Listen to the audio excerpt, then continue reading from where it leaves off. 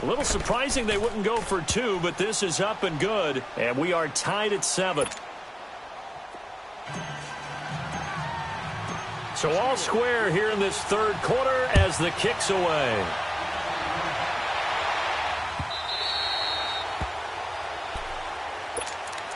Now the Rams offense, they work their way back on the field. And right now these guys, they're shuffling a little bit, maybe doubting, because 3 straight drives have ended with them punting the football away. Yeah, so you start pointing fingers at each other a little bit, asking a lot of questions. What are you seeing? What are you getting?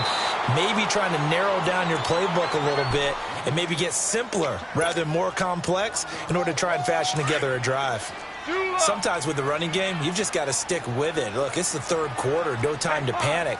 But that also doesn't mean you just do it the same way you've been doing it the entire ball game. Maybe change up some blocking assignments or run a few different plays, but stay with the overall essence of the running game. And this one will go to the 28-yard line.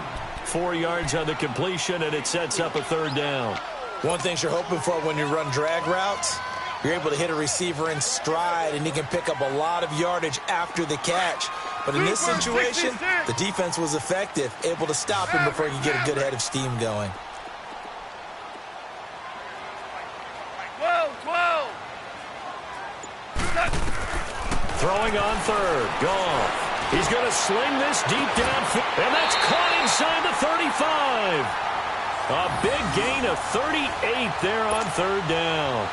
You know I'm going to lean towards the defender, right? You know I'm going to do that. I know. That's a tough situation for him as I see it. But the truth of the matter is, that ball was not streaking towards him. That little arc on it, he's got to find a way to get his head around and make a play on the football. And he'll get a little over 2, maybe a full 3 down to the 32-yard line.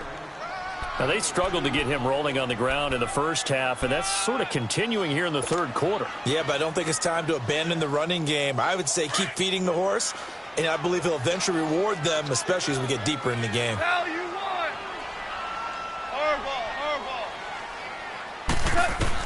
Here's Goff now on second down.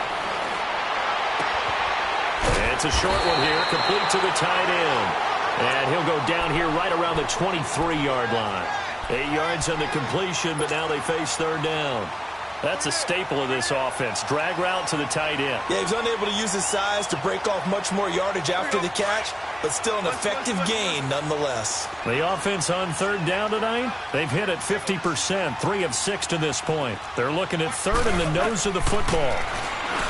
To throw is gone. Throw left side, complete to Kupp.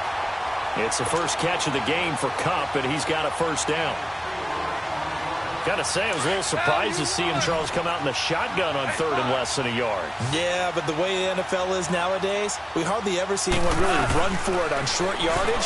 So they're going to throw the football more times than not. That was a nice, easy rhythm throw right there, and they pick up the first down. Throwing on first down, but this one winds up to be incomplete. A pretty good coverage there, and both of these defenses, they've had good coverage throughout this one. No doubt about it, and in today's NFL, where we're used to a bit more scoring, this feels almost like a well-pitched game in baseball on both sides, where the tension continues to build.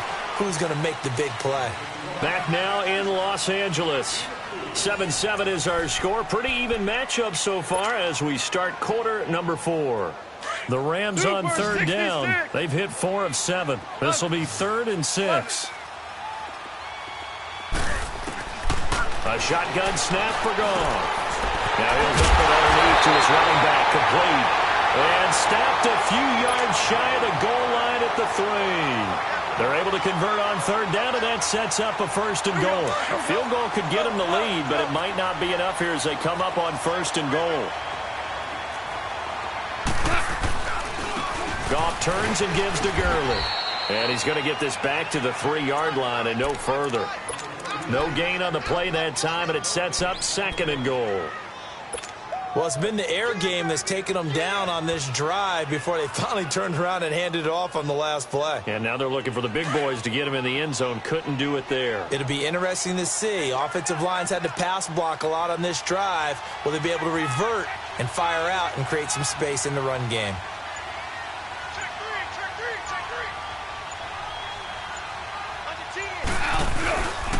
He'll get it up the middle. And forget about finding a lane. He barely had time to look up before he was planted in the backfield. They'll lose a yard, and it brings up third. His path became similar to almost running a stretch play, didn't it? Trying to find a crease, anywhere to put his foot in the ground and cut back. It just never materialized.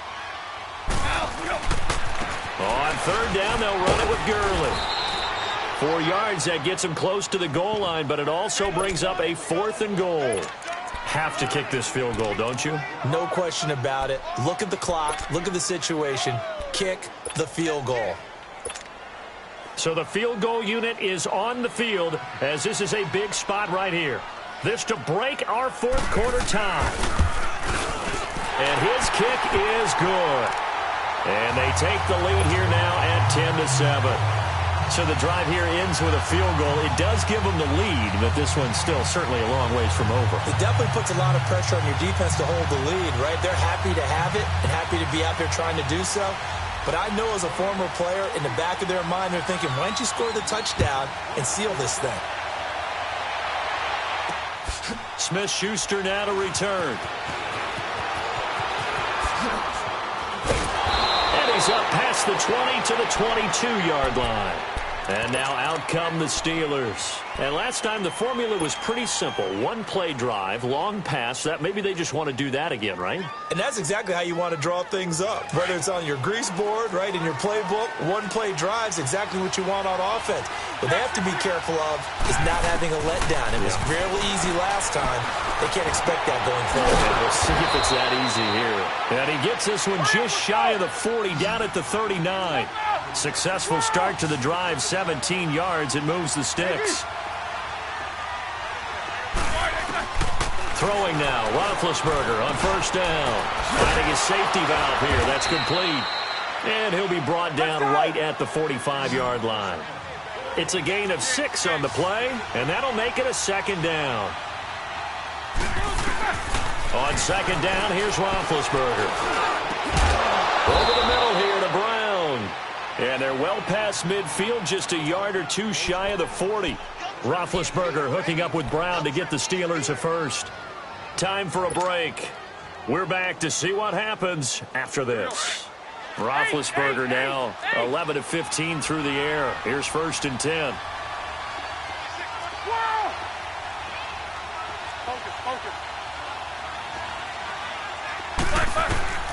Ben to throw again. He's going to flip one out here to his running back. And he gets it down to the 32. Give him 9 on the play, and it'll be 2nd and about a yard. I tell you, it has not been his best day throwing the football. He really needs to piece something together here. All will be forgiven if he leads. And, a crusher there as it's intercepted. LaMarcus Joyner with a pick. And that one, it's going to hurt big time. You're in the 2-minute drill, trying to get your guys down the field, and it's looking like they're going to come up just short, as this is definitely not his best throw. And it'll wind up being intercepted. So good field position for the Rams as they come up 1st and 10. They'll run it now out of the gun. Trying to bounce it outside, but he's only able to get it back to the line of scrimmage. Now the Steelers put a stop to the action with a timeout defensively, as they'll talk things over prior to this upcoming 2nd down play. Another running situation on the doorstep as they come up 2nd and 10.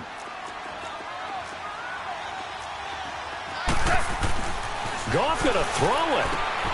And look at this. They get the turnover they needed. It's intercepted. Picked up by the former first-rounder Artie Burns. And he's in for 6 and a Steeler touchdown. Coaches always tell their players someone's got to make a big play, but what they mean is a game-altering play, a game-changing play, a turnover force, and we just got that. I mean, how about that play, Brandon? Yeah, a pick 6, 4th quarter, that is a game-changer. Someone read their keys, and someone had the courage to go after the ball right then and there. And it gives them the lead. This fielded a few yards into the end zone. And he'll be brought down at the 23, make it the 24-yard line.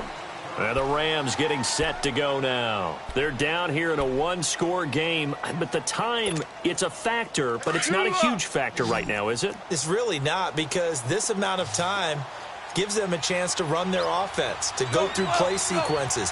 And this is what they work on every week in practice, usually on a Friday. They go over this type of a situation, late game situation. What are we going to do when we have the opportunity? They've called these plays a bunch of times. Now's their chance to execute them. Yeah, they have the opportunity now. Here's the execution.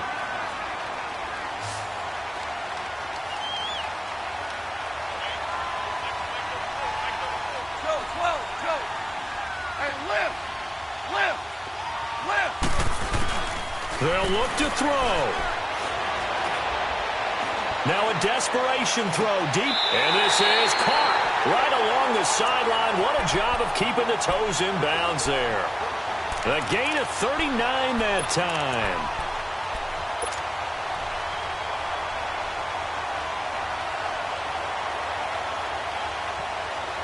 Only way to get the lead here, of course, with a touchdown, and that's what they're gunning for on 1st and goal.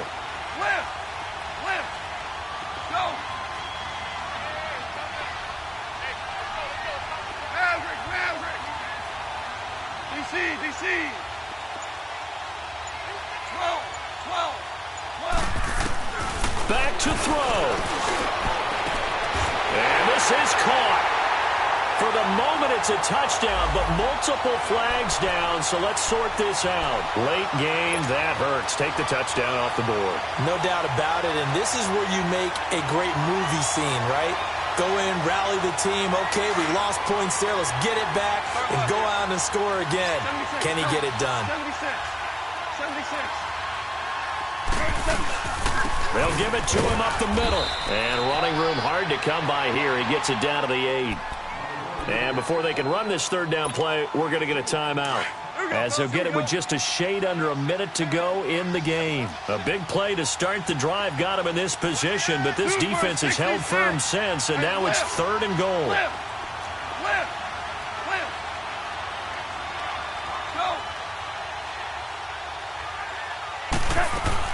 Back to throw.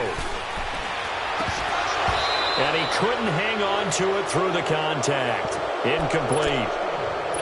So this defense, they looked a little shaky to start the drive, but bottom line, they're a play away from finishing it off. They rocked them a little bit on this drive, didn't they? But as you and I both know, it's not how you start, it's how you finish. They have a chance to end it right here.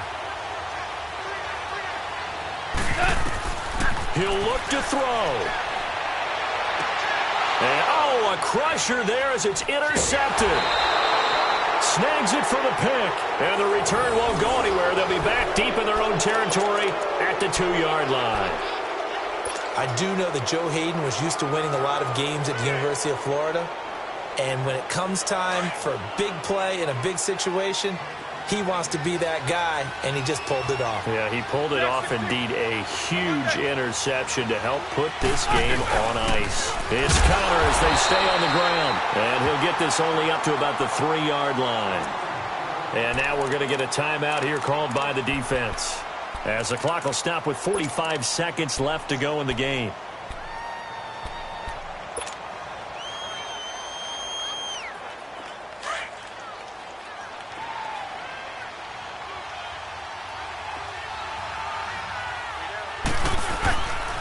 They stay on the ground. Here's Connor again. And he's going to be taken down shy of the 5-yard line. Only a yard on the pickup. And now they've got a 3rd down and 8. Charles, why didn't they just take the knee there? You're asking the question that I'm asking as well, because we've seen a lot of football where coaches decide maybe they get a little greedy. I don't know if they're doing it for stats or for what reason. We've seen it happen in college. And how about in the NFL? The miracle of the Meadowlands. All they had to do was take a knee and the game was over. The Giants ran it one more time. Ball popped free. Philadelphia picks it up and wins the game. What year was that? 1978. I think it was in November.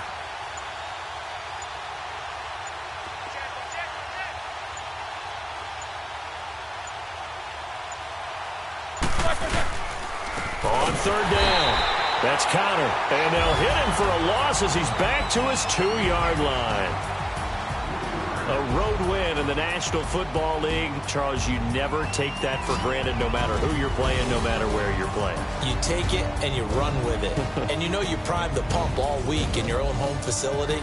No one thinks we can do this. Only people who believe are right here in this room. And then you go on the road, band together, and get it done.